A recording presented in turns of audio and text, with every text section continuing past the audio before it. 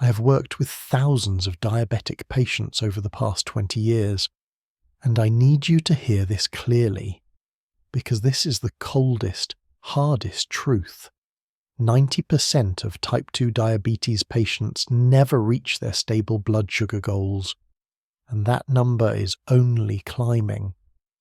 And this is not simply because they eat too much sugar. It runs much deeper than that. It stems from believing in deadly myths, misinformation that has become deeply rooted in their thinking. They hesitate. They measure their blood sugar at the wrong times. They are paralyzed by fear, unaware that this very misinformation is leading them down the path of severe nerve, kidney, and cardiovascular complications. The brutal truth is this: if you don't know these 7 in-depth myths, you could be unknowingly worsening your diabetes every single day, one step at a time. But here is the good news. Modern science has proven that there are simple, actionable strategies, entirely non-pharmaceutical lifestyle changes that can help you reverse insulin resistance and even bring your blood sugar back to healthy levels. Type 2 diabetes is not a death sentence. It is a powerful call to action for a better life. In this comprehensive video, I will expose the 7 most common myths about blood sugar control that even medical professionals sometimes fail to emphasize. And wait until you hear myth number 3. This is an invaluable tip about a common kitchen ingredient that research shows can reduce post-meal blood sugar spikes by up to 34%. Most people have no idea, but after today you will. Before we dive in, tell me, how long have you been living with diabetes? Let me know in the comments below. I personally read and respond to every single one, treating it like a private clinic consultation. And now, without any further delay, let's begin our journey of debunking these life-threatening mistakes with myth number 7, the most frequently overlooked blunder we see in clinics. Myth number 7. Simply cutting out white sugar is enough to control my blood sugar. This is the most pervasive mistake, because it only solves half the problem. The truth is, refined carbohydrates, specifically white bread, pasta and white rice, are often far more dangerous than simple sugar. They break down into glucose almost instantaneously, causing a literal insulin shock. Scientists call this the hidden glycemic burden. It's not just about the glycemic index, it's about the glycemic load, the actual amount of sugar delivered to your bloodstream. I recall a case study of Mr. Hans, a 68-year-old retired engineer from Berlin. He had quit all sugary drinks, yet his HbA1c remained stuck at 9.2 because he consumed 2 large white bread rolls daily. Only after he replaced 50% of his refined carbs with lentil stews and whole grain oats did his blood sugar finally begin to drop dramatically. Actionable strategy. Adopt the principle called the fiber challenge first. Eat a bowl of green vegetables or a side salad before touching any starchy items. Second, replace at least 50% of your refined carbohydrates with high-quality complex carbs. Don't just quit sugar, quit the white flour and refined starches. When you've gained control over what goes into your body, the next critical question is, what do you do with the sugar that's already there? That brings us to myth number 6, a common pitfall patients fall into when they try to exercise.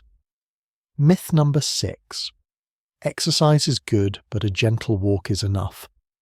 While a walk is better than sitting, it is often insufficient to fight the root cause, insulin resistance. The deep truth is, to truly beat insulin resistance, you must incorporate strength training. Think of your muscles as massive glucose sinks. the primary storage facility for blood sugar. Building muscle makes that sink bigger, allowing it to absorb sugar far more efficiently, even at rest. The scientific reality. Studies show that a combination of resistance training and aerobic exercise is 30% more effective in lowering HbA1c than aerobic exercise alone. Consider Mr. Giorgio, a 72-year-old from Rome, Italy. He walked 2 miles every day, but his neuropathy persisted. When we introduced him to resistance band training 3 times a week, his doctor was able to reduce his metformin dosage within 6 months. Actionable strategy. Dedicate 15 minutes 3 times a week to basic resistance exercises. Use light dumbbells, resistance bands, or simple wall push-ups. This simple change turns your body into a 24/7 fat and sugar-burning machine. Now that we've covered diet and exercise, let's move to myth number 5, a dangerous misconception about medication that keeps millions of patients trapped in a cycle of worsening illness. Myth number 5. Taking my medication regularly means my disease is under control. The deep truth is, medication primarily helps control the symptoms, high blood sugar, but it rarely, if ever, cures the root cause, insulin resistance. If you only rely on pills without significant lifestyle changes, you will inevitably need higher dosages over time. The scientific reality is this: drugs are essential, but they do not fundamentally reprogram your cells to overcome resistance. Consider the case of Mrs. Clara, a 75-year-old from Lyon, France.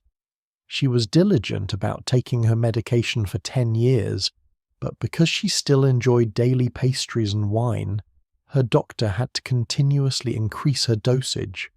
She was treating the fire alarm, but ignoring the growing fire. Actionable strategy. View your medication as a support tool, while your diet and physical activity are the primary medication designed to restore insulin sensitivity. Aim to work with your doctor toward deprescribing, reducing or eliminating your need for medication by driving deep, sustainable metabolic change. Now that we've redefined the role of medication, let's turn our attention back to nutrition for myth number 4, a seemingly harmless food group that is often misunderstood and overconsumed by patients: the sugar in fruit. Myth number 4. I can eat fruit freely because it's natural sugar. This is a dangerous half-truth. While whole fruits contain vital fiber, they also contain fructose. The deep truth is that fructose must be handled with extreme caution, especially in processed forms like juice. Fructose is primarily processed by your liver, and excess consumption can lead to non-alcoholic fatty liver disease, NAFLD, a major accelerator of insulin resistance. Think about the classic European breakfast, orange juice. A single glass contains the sugar of 4 to 5 oranges, with none of the beneficial fiber. I recall Mr. Jean-Pierre, a 59-year-old from Paris. He drank large fruit smoothies daily, yet his HbA1c stubbornly refused to budge below 8.0. Only after cutting out all liquid fruit calories did his blood sugar improve dramatically. Actionable strategy. Fiber is your friend. Fructose is your foe in excess. Always consume whole, intact fruit and strictly avoid all fruit juices, even freshly squeezed ones. If you choose to eat fruit, pair it with protein or healthy fat to buffer the glucose absorption rate. Now prepare yourself for the myth-busting revelation that can transform your blood sugar control without any drastic diet changes. We're moving to myth number 3, the invaluable tip that most endocrinologists wish their patients knew. Myth number 3. apple cider vinegar is just for cleaning or making salad dressing. The profound truth is that apple cider vinegar, ACV, is a powerful, naturally occurring insulin sensitizer and glucose stabilizer. The active ingredient, acetic acid, works in two critical ways. It slows gastric emptying and directly impacts the enzymes that break down starches. The evidence is undeniable. Research shows that consuming vinegar before a high-carbohydrate meal can reduce the post-meal blood sugar spike by up to 34% in insulin-resistant individuals. Imagine a simple, inexpensive kitchen ingredient providing this much benefit. Take the example of Ms. Ingrid, a 62-year-old teacher from Stockholm, Sweden. By simply adopting the ACV ritual before her dinner, her post-meal glucose peak dropped significantly, leading to lower fasting blood sugar the next morning. Actionable strategy. Use the unfiltered ACV that contains the mother. Mix 1 to 2 tablespoons with a full glass of water. Sip this mixture 10 to 15 minutes before your main carbohydrate-containing meal. Always dilute it heavily to protect your tooth enamel. Once you've weaponized your kitchen with this metabolic secret, the next step is perfecting your monitoring strategy. We move to myth number 2, which exposes a fundamental error in how most people measure their success. Myth number 2, measuring my blood sugar once a day when I wake up is enough. The deep truth is, fasting blood sugar, or FBS, is only half of the story. The key to preventing complications lies in managing your postprandial blood sugar, PPBS, the readings taken 2 hours after you eat. Your fasting reading reflects the liver. Your post-meal reading is the direct report card on your meal. The scientific mandate, blood sugar spikes that consistently shoot over 180 milligrams per deciliter after meals, are the primary driver of microvascular damage. Consider Dr. Schmidt, a 55-year-old German physician. His fasting glucose was acceptable, around 110 milligrams per deciliter, but a continuous glucose monitor revealed that his readings routinely jumped to 240 milligrams per deciliter after his traditional lunch. Actionable strategy. Become a blood sugar detective. Commit to checking your blood sugar at the 2-hour mark after your 3 most common meals for 2 weeks. If you see a number consistently over 160 milligrams per deciliter, you know you must drastically reduce the carbohydrate load of that specific meal. We have exposed dietary traps, optimized your exercise, introduced a powerful kitchen secret, and perfected your monitoring. Now, we arrive at the most fundamental and life-changing myth of all, myth number 1, which redefines the entire prognosis of your disease. Myth number 1, type 2. Diabetes is a progressive, irreversible disease I must live with forever. The deep, inspiring truth is, type 2 diabetes is highly manageable, and in many cases, it is fully achievable to enter a state of remission. Remission is defined as maintaining normal blood glucose levels, an HbA1c below 6.5%, for at least 6 to 12 months without using any glucose-lowering medication. The evidence from Europe is game-changing.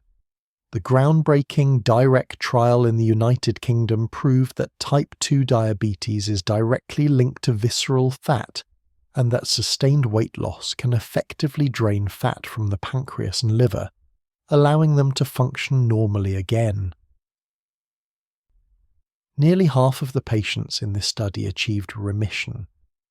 Consider the motivational story of Mr. Finn, a 58-year-old from Copenhagen, Denmark.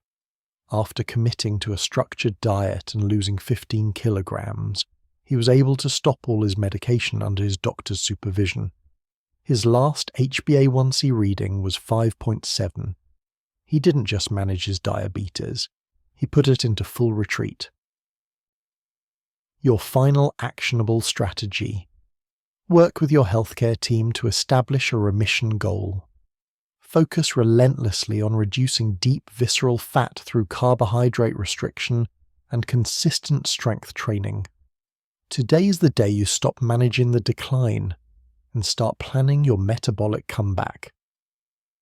And there you have it, the 7 deadly myths about type 2 diabetes that have held millions of patients hostage, now exposed by scientific truth.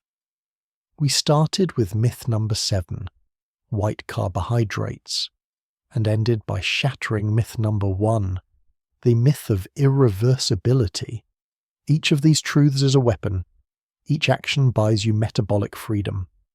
The knowledge is clear, but it only works if you commit to action. Now, I want to hear from you. Which of the 7 myths was the biggest revelation for you today? And more importantly, what is the one specific change you're going to commit to, starting this week? Drop your answer in the comments below. We read and reply to every single comment, because your story matters, and your commitment inspires the entire community. Don't forget to like this video, share it with your loved ones, and subscribe for more life-saving health advice.